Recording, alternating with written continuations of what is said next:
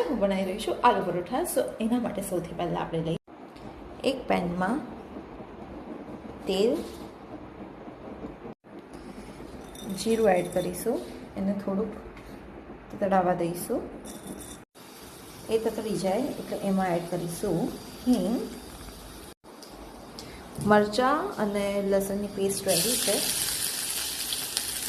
એ add કરીશું અને એને પ્રોપર સતડાવા દઈશું. લસણ અને મરચાંને સતડાવવાનું કારણ એ છે કે જે લસણનું કાચુંપણું હોય ને એ કાચું ના રહે અને ફ્લેવર અંદર આવે અને પ્રોપર શેકાઈ જાય. એટલે આપણે એને સતાડીશું. જાય એટલે નાખીશું એમાં ડુંગળી, પછી આમાં એડ કરીશું મીઠું, હળદર, ગરમ મસાલો. હવે બટાકાને બાફીને અને સ્મેશ કરીને રાખ્યા છે. હવે એને જે આપણે ડુંગળીનો વઘાર કર્યો છે, ડુંગળી લસણનો, એમાં એડ કરી દઈશું. હવે આ માવો બિલકુલ રેડી થઈ ગયો છે અને હવે ડો રેડી રાખ્યા છે. તો હવે આપણે ડો રેડી કરીએ છીએ. ઓકે, એને સૌથી પહેલાં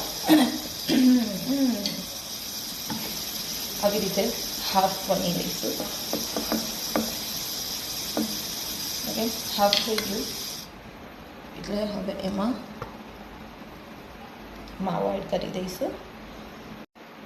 હવે એને આવી રીતે કવર કરીશું. ઓકે, અને કવર થઈ ગયા પછી ડો ઇઝ રેડી. એકચ્યુઅલી ગળામાં એટલો વઘાર લાગ્યો છે ને કે ફસાઈ ગયું છે. હવે ખાંસી જોઈ નથી રહી.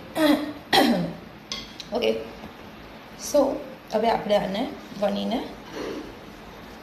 શેકવા મૂકીશું.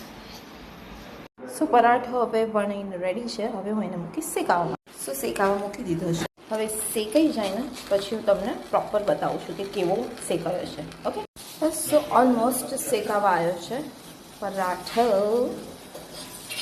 એની કોર્નર જે કાચા હોય તો એને આવી રીતે વચ્ચે મૂકીને શેકાવા દેવાનું, જેથી કરીને કાચો ના રહે. જો તો એને વચ્ચે મૂકીને મેં શેક્યું એટલે એ શેકાઈ ગયું.